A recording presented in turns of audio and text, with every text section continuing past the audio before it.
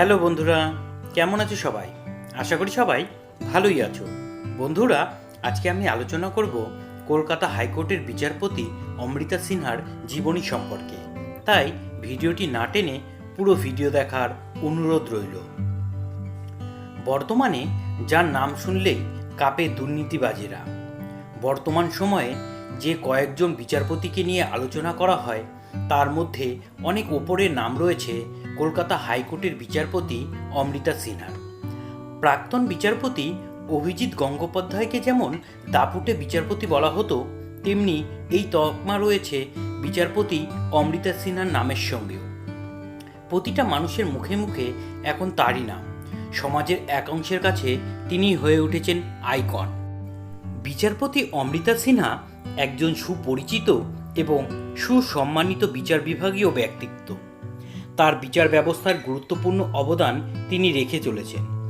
বহু বছরের কর্মজীবন জুড়ে তিনি ন্যায় বিচার, ন্যায্যতা এবং আইনের শাসনের প্রতি দৃঢ় নিষ্ঠা বজায় রেখেছেন। বিচারপতি অমৃতা সিনহা কলকাতায় 1966 সালে 24শে মে জন্মগ্রহণ করেন। তার প্রাথমিক শিক্ষা শুরু হয় স্থানীয় একটি উচ্চ বিদ্যালয় থেকে। এরপর তিনি সেন্ট জেভিয়ার্স কলেজ থেকে শিক্ষা লাভ করেন। এরপর তিনি National Law of India University থেকে আইন ডিগ্রি অর্জন করেন। বিচারপতি অমৃতা সিনহার কর্মজীবন শুরু হয় 2018 সালের 2রা মে থেকে। তিনি কলকাতা হাইকোর্টের অতিরিক্ত বিচারক হিসেবে নিযুক্ত হন। বিচারপতির যথার্থ জ্ঞান ও অর্ধবসায় তাকে কলকাতা হাইকোর্টের স্থায়ী বিচারকের আসনে জায়গা করে দিয়েছে। এরপর 2020 সালের 24শে এপ্রিল অমৃতা সিনহা কলকাতা হাইকোর্টের স্থায়ী বিচারক হিসেবে নিযুক্ত হন। কলকাতা হাইকোর্টের ভারপ্রাপ্ত প্রধান বিচারপতি টিএসসি ভগ্নানাম 2রা মে 2023 সালে সন্দেহভাজন প্রাথমিক বিদ্যালয়ে শিক্ষক নিয়োগ কেলেঙ্কারি সংক্রান্ত 2টি মামলা বিচারপতি অমৃতা সিনহার কাছে অর্পণ করেন।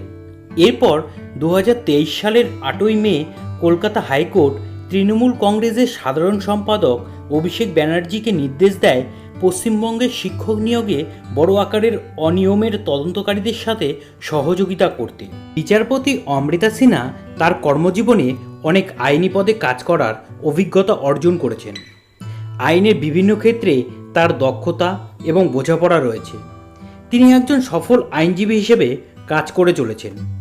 তিনি সবসময় তার কাছে বিচার চাইতে আসা মানুষদের প্রতিনিধিত্ব করে থাকেন। বিচারক পদে অমৃতা সিনহার উত্থান তার দক্ষতা, পেশাগত কৃতিত্ব এবং আইনি সম্প্রদায়ের বিশিষ্টতার দ্বারা সহায়ক হতো। বিচারপতি অমৃতা সিনহা বিচারক হিসেবে মামলাগুলির সভাপতিত্ব করেন, আইন পরিচালনা করেন এবং তার কাছে জমা দেওয়ার প্রমাণ ও যুক্তির ভিত্তিতে ন্যায্য রায় দিয়ে থাকেন। বিচারপতি অমৃতা সিনহা তার কর্মজীবনে ফৌজদারি আইন, দেওয়ানি আইন, সাংবিধানিক আইন এবং প্রশাসনিক আইন সহ বিভিন্ন বিষয় পরিচালনা করে থাকেন।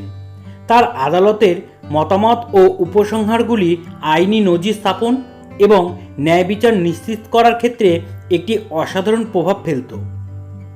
ন্যায় বিচার এবং বিচার ব্যবস্থার প্রতি বিচারপতির অমৃতা সিনহার অঙ্গীকার আদালতের বাইরে ছড়িয়ে পড়েছে। অমৃতা সিনহা ন্যায় বিচার এবং আইনি সচেতনতা বাড়াতে সম্প্রদায়ব্যাপী ক্রিয়াকলাপে অংশগ্রহণ করে থাকেন। তিনি বিচারকের পেশাদায়িত্ব, সততা এবং নিরপেক্ষতা তার সহকর্মী, আইনি সম্প্রদায় এবং তার সামনে উপস্থিত লোকেদের সম্মান দিয়ে থাকেন। অমৃতা সিনহার বিচারের প্রচেষ্টা, ন্যায় বিচার ও ন্যায্য আদর্শ বজায় রেখে আইনি ব্যবস্থায় দীর্ঘমেয়াদী প্রভাব ফেলে থাকেন। তিনি আইনি পেশায় গুরুত্বপূর্ণ ভূমিকা রেখে চলেছেন। অমৃতা সিনহা ব্যাপক জ্ঞান এবং দৃঢ় সংকল্পের কারণে তিনি বিশিষ্ট স্থান অধিকার করেছেন। তিনি তার তীব্র বুদ্ধিমত্তা ও ন্যায় বিচারের জন্য ভারত জুড়ে মহিলা আইনজীবী এবং বিচারকদের জন্য একটি দৃষ্টান্তমূলক রোল মডেল হিসেবে কাজ করে চলেছেন।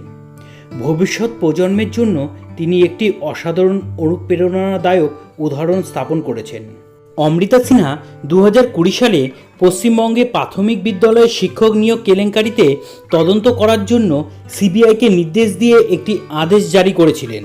এবং এই প্রতারণামূলক কাজটি রাজ্যের প্রাথমিক বিদ্যালয়ের শিক্ষকদের নিয়োগের প্রক্রিয়াকে হেরফের করার সাথে জড়িত ব্যক্তিদের খুঁজে বের করার নির্দেশ দেন। বিচারপতি অমৃতা সিনহা কোভিড-19 মহামারী নিয়ে রাজ্য সরকারের ব্যবস্থায় সমালোচনা করেছিলেন।